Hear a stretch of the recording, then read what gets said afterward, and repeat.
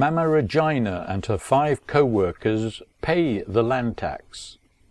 A few rands in rent every year for a piece of waste beside a shanty town, near a railway track, beneath electric pylons. But for Mama Regina, this is the garden of life. The garden feeds me and my family. Hundreds of millions of people go to bed at night hungry, all for the want of a bit of land on which to grow food. The world is not short of land, but most of it is in the wrong hands. In South Africa, particularly in the last 100 years, there's been a systematic destruction of the old land-based family-scale agriculture. And that is among the white people and among the black people, but particularly among the black people, and aggravated by apartheid, because apartheid took all the men out of the household and exported them to the mines and to industry to put them to work there. In Cape Town, micro-farmers are cultivating tiny plots to put food on the table. Over 50% of the rural lands which were historically owned by black people or owned by tribal authorities are uncultivated and wide open for exploitation by big industry players. South Africa's government is obliged by its constitution to deliver land to people. The South African constitution is renowned. It's a world leader, and it could solve the landless question here.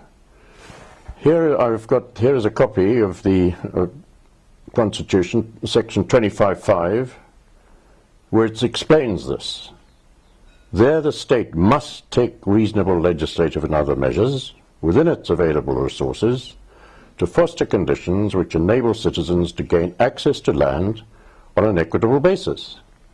Well, the only way they can really do that in terms of within its available resources is to tax the land and cancel simultaneously all the other taxes so that the land becomes affordable for everybody. Small plots can change lives, like the families supported by the gardeners in Gugulethu on the edge of Cape Town. Food security in this country, but also throughout the developing world or the third world, has become a massive issue. And in South Africa, it is potentially at crisis point. If there had to be another major economic wobble and there wasn't enough food at the supermarket or prices were too high, we would have food riots. There's no question food riots would take place. Simply because people have given up producing anything. People would grow food if they had land. The solution is something called micro-farming. And this style of farming is a term I've coined, or I've helped to coin, micro-farming. It's anything which grows food, at a small level. It could be as small as 1 square meter out your back door, and it could be as big as a hectare or 2 in a community garden or in a plot near you. So it's anything that is growing food at home level or in bigger pieces of land. But the victims of economic apartheid don't have the money to get land. I'm currently, together with my colleagues, running a pack shed which is buying vegetables from micro farmers. I'm growing food on a few hundred square meters each of wasteland in places which no one wants to use, and that food is being sold to people with money here in the richer areas of Cape Town, and everyone's happy. There's this huge abundance of top quality organic produce going to people with money, and there's previously historically very poor people with no education growing the food on wasteland and in superabundance. and making lots of money and eating lots of food and giving it all away. And it all works. Perfect, no problem.